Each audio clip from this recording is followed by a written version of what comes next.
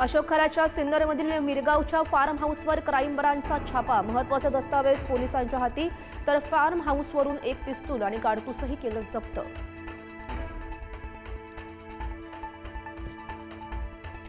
अशोक खराशी संबंधित 3 गुन्ह्यांच्या तपासासाठी राज्य शासनाकडून एसआयटी पथकाची स्थापना।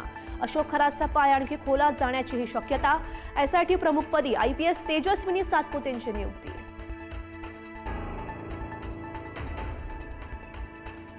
अशोक खराच्या कुटुंबियांची मुजोरी। वार्तांकन करणाऱ्या पुढारीच्या प्रतिनिधींवर फेकल्या चपला। पुढारीच्या प्रतिनिधींच्या अंगावर कुत्रा सोडण्याचाही केला प्रयत्न।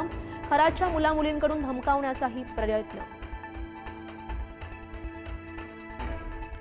अशोक खरातवर रुपाली चाकणकरांचा वरदहस्त। रुपाली ठोंबरे पाटील यांचा हा गंभीर आरोप। तर चाकणकरांनी तातडीनं महिला आयोग अध्यक्षपदाचा राजीनामा द्यावा, संजय राऊत यांची मागणी। राज्यामध्ये अनेक ठिकाणी गारपिटीसह पाऊस। संभाजीनगर जिल्ह्यात अवकाळीची दमदार हजेरी। राहुरी आणि निफाड तालुक्याच्या काही भागात गारपिटीनं पिकांचं नुकसान, तर नाशिक जिल्ह्यात आज पावसाचा येलो अलर्ट। सांगलीच्या जत तालुक्यातील घोलेश्वरमध्ये झोपडीवर पडली वीज। सुदैवानं झोपडीतील दाम्पत्य थोडक्यात बचावलं। संसार उपयोगी साहित्य मात्र जळून खाक।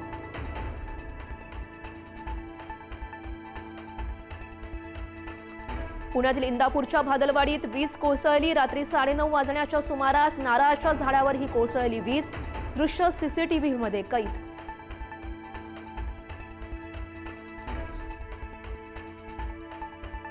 इराणचा कतारवर मोठा हल्ला। रास लफान गॅस प्रकल्पाचं यामध्ये प्रचंड नुकसान। जागतिक ऊर्जा बाजारात एकच खळबळ।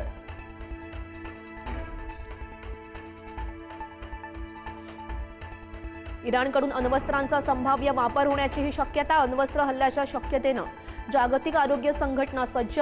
इराणला अण्वस्त्र हल्ले करण्यापासून रोखण्यासाठी ट्रम्पची जोरदार तयारी। धुळ्याच्या बारीपाडा, मोहगाव आणि चावडीपाडा या 3 गावांचा इंधन बचतीसाठी पुढाकार। एलपीजी गॅसचा वापर 6 महिन्यांसाठी बंद। चुली, लाकूड, गोवऱ्यांचा वापर करण्याचा निर्णय।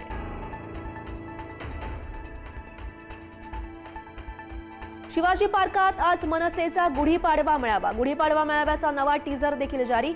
महाराष्ट्राच्या प्रश्नांवर आज राज ठाकरेंची तोफ धडाडणार।